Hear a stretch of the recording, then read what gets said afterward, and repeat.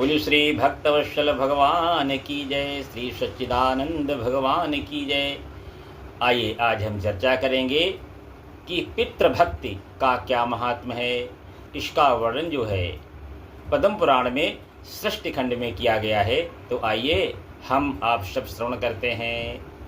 तो सारे ऋषियों ने पूछा व्यास जी से कि हे गुरुदेव, संसार में पुण्य से भी पुण्यतम, हे गुरुदेव, संसार में पुण्य से भी पुण्यतम और सब धर्मों में उत्तम कर्म क्या है? किसका अनुष्ठान करके मनुष्य अक्षय पद को प्राप्त हो जाता है? मृत्युलोक में निवास करने वाले छोटे बड़े सभी वर्णों के लोग जिसका अनुष्ठान कर सकें, ऐसा आप हमें बताएं। तो व्यास जी कहते हैं कि हे शिष्यगणों, मैं तुम लोगों को 5 धर्मों के आख्यान सुनाऊंगा। व्यास जी कह रहे हैं कि हे शिष्यगणों, मैं तुम लोगों को 5 धर्मों के आख्यान सुनाऊंगा। उन 5 में से एक का भी अनुष्ठान करके मनुष्य जो है सुयश, स्वर्ग तथा मोक्ष भी पा सकता है। पहला, माता पिता की पूजा, पति की सेवा, सबके प्रति समान भाव, मित्रों से द्रोह न करना और भगवान श्री हरि का भजन करना। ये 5 जो है महायज्ञ हैं। यह जी कह रहे हैं कि ये 5 महायज्ञ हैं। पुनः दोहरा रहा हूँ, माता पिता की पूजा, पति की सेवा, सबके प्रति समान भाव, मित्रों से द्रोह न करना और भगवान श्री हरि का भजन करना। ये 5 महायज्ञ हैं कलयुग में। फिर व्यास जी कहते हैं कि हे ब्राह्मणों, पहले माता पिता की पूजा करके मनुष्य जिस धर्म का साधन करता है वह इस पृथ्वी पर सैकड़ों यज्ञों तथा तीर्थ यात्रा आदि के द्वारा भी दुर्लभ है। देखिए माता पिता की जो सेवा है, कितना महात्म्य जो है पद्म पुराण में वर्णन है। फिर सुनिए कि पहले माता पिता की पूजा करके मनुष्य जिस धर्म का साधन करता है वह इस पृथ्वी पर सैकड़ों यज्ञों तथा तीर्थ यात्रा आदि के द्वारा भी दुर्लभ है। जो माता पिता की सेवा से प्राप्त कर सकते हो वो सैकड़ों यज्ञों से भी दुर्लभ है। पिता धर्म है, पिता धर्म है, पिता स्वर्ग है और पिता ही सर्वोत्तम तपस्या है। पिता के प्रसन्न हो जाने पर संपूर्ण देवता जो है प्रसन्न हो जाते हैं। जिसकी सेवा और सद्गुणों से, जिसकी सेवा और सद्गुणों से माता पिता संतुष्ट रहते हैं, उस पुत्र को प्रतिदिन गंगा स्नान का फल प्राप्त होता है।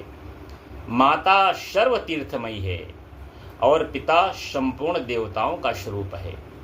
इसलिए सब प्रकार से यत्नपूर्वक माता पिता का पूजन करना चाहिए। जो माता पिता की प्रदक्षिणा करता है उसके द्वारा 7 दीपों से युक्त संपूर्ण पृथ्वी की परिक्रमा हो जाती है। माता पिता को प्रणाम करते समय जिसके हाथ, घुटने और मस्तक पृथ्वी पर टिकते हैं वह अक्षय स्वर्ग को प्राप्त होता है। जब तक माता पिता के चरणों की रज पुत्र के मस्तक और शरीर में लगती रहती है तभी तक वह शुद्ध रहता है। जो पुत्र माता पिता के चरण कमलों का जल पीता है उसके करोड़ों जन्मों के पाप भस्म हो जाते हैं। वह मनुष्य संसार में धन्य है जो नीच पुरुष माता पिता की आज्ञा का उल्लंघन करता है। वह महा प्रलय पर्यंत नरक में निवास करता है। आहा, कितनी जो है उत्तम बात पद्म पुराण में व्यास जी कह रहे हैं।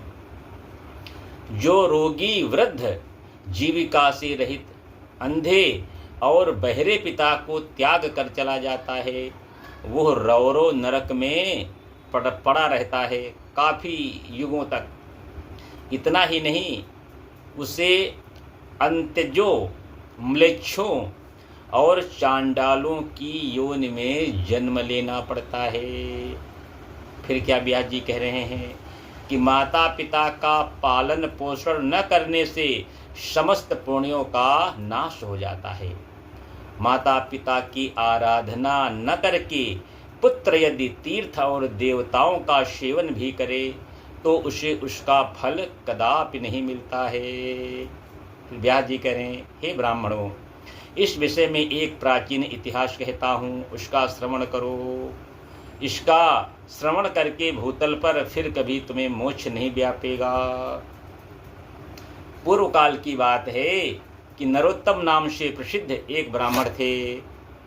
तो ये आगे विस्तृत कथा है, तो आगे वाली वीडियो में इसका उल्लेख करेंगे। तो बोलिए श्री जय जय श्री सीताराम, श्री नारायण भगवान की जय। तो सभी भक्तों से, सभी हमारे इष्ट मित्रों से मेरा करबद्ध निवेदन है कि अपने माता पिता की इस कलिकाल में हो सके तो सेवा करो। अगर सेवा नहीं कर सकते हो तो कम से कम उनको दुर्वचन कम से कम ना ही कहो। अगर माता पिता की तरफ से पुत्र को श्राप मिल गया तो भगवान राम भी बचाने में असमर्थ हैं। इसलिए कलिकाल में माता पिता की हमें सदैव सेवा करती रहनी चाहिए। तो बोलिए श्री सच्चिदानंद भगवान की जय।